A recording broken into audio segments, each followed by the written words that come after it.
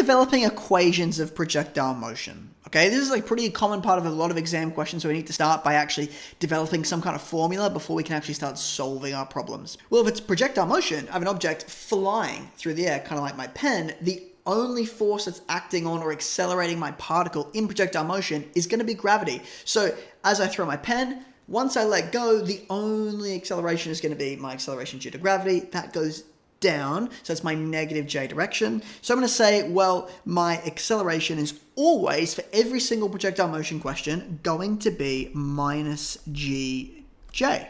So negative acceleration due to gravity, that's g. G is around 9.8. That's actually on the formula sheet if you do specialist maths. So g is 9.8. It's going to be negative 9.8 because it's acting in the downwards direction. And because it's vectors, my direction does matter. So I've started with my acceleration. It's a nice place to start. I now want to integrate my acceleration to get to my velocity. Well, if I integrate this, I get a velocity vector being equal to negative gtj plus c.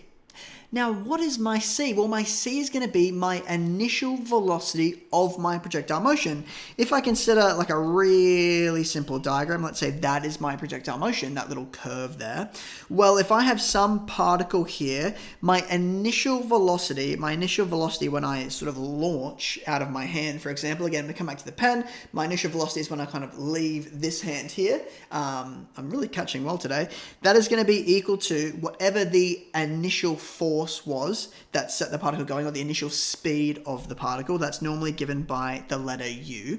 And if it's in my I component, because remember, with all projectile motion questions, there is the horizontal motion and there's the vertical motion. Well, my horizontal motion is going to be given by my cosine. If we think unit circle, cosine is my horizontal or my x-axis. So that is going to be u cos theta I, and theta is going to be the angle my object is projected from, plus u sine theta j. So u cos theta I plus u sine theta j, that is going to be my initial velocity. So that means that c here is going to be my initial velocity, which will be u cos theta I plus u sine theta j. So my velocity vector, let's not do that in purple, my velocity vector is going to be given as u cos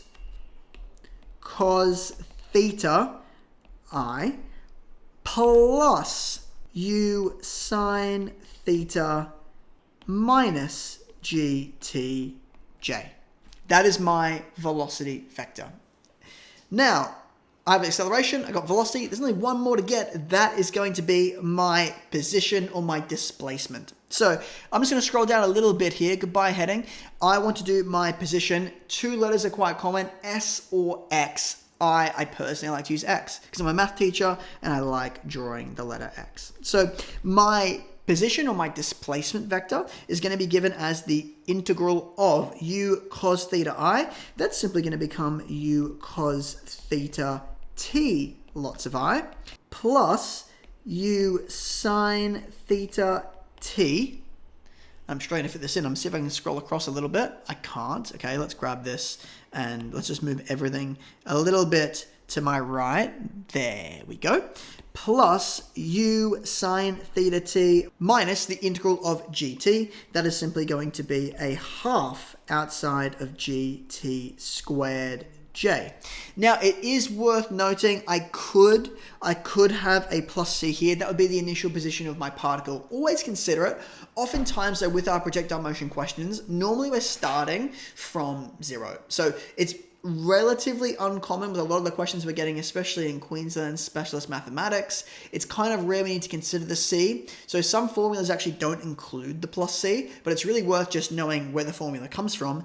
We should consider the initial conditions and the initial position of my particle relative to whatever I'm deciding 0 is. But normally we just decide my initial position of my particle is 0, so I don't need to worry about the C too much. But it is there. So it's kind of worth seeing that it's there. And it is these three equations. These are our equations for our projectile motion. And I'm not sure what happened to my J there. So something happened weird there. But these are my equations for my projectile motion. It is my acceleration is equal to minus gj. And normally there's marks assigned for the development. So we kind of need to know this whole process. My second equation is going to be this one here for my velocity. And my final equation is this one here for my position.